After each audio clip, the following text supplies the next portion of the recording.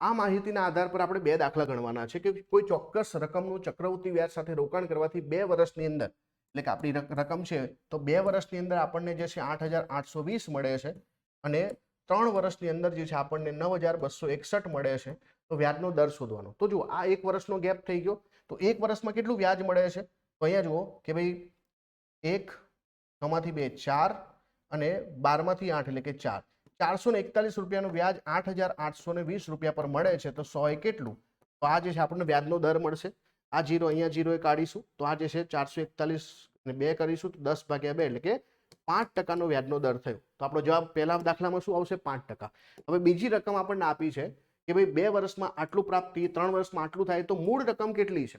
હવે મૂળ રકમ કેટલી કેવી રીતે શોધીએ આપણે? તો બધા તમે જાણો છો કે આપણી પાસે જે છે વ્યાજનો દર કેટલો છે? ભાઈ 5% છે. તો માનો કે આપણી પહેલી રકમ જે છે x આપણે માની લઈએ છે. તો પહેલા વર્ષે એ રકમ 105 જે છે ભાગ્યા 100 થઈ જશે. બીજા વર્ષે 105 ભાગ્યા 100 થઈ જશે અને 2 વર્ષ પછી એ રકમ આપણી 8,820 થઈ જાય છે. હવે આનું કેલ્ક્યુલેશન કરવાનું છે. x બરાબર આ 8,820 ગુણ્યા 100 ભાગ્યા જે છે 105. જો આપણે જે છે પાંચે ભાગ ચાલે તો આ જે છે 20 થઈ જશે, આ 20 થઈ જશે. પાંચે ભાગ ચાલે તો આ 21 થઈ જશે, આ 21 થઈ જશે. 21 ભાગ ચલાવો બરાબર.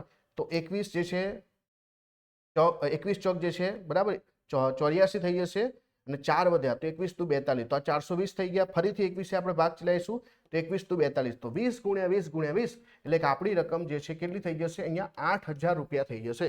તો મૂળ રકમ આપણી કેટલી થઈ જશે? 8,000 રૂપિયા. તો આવી રીતે તમે કેલ્ક્યુલેટ કરી શકો છો.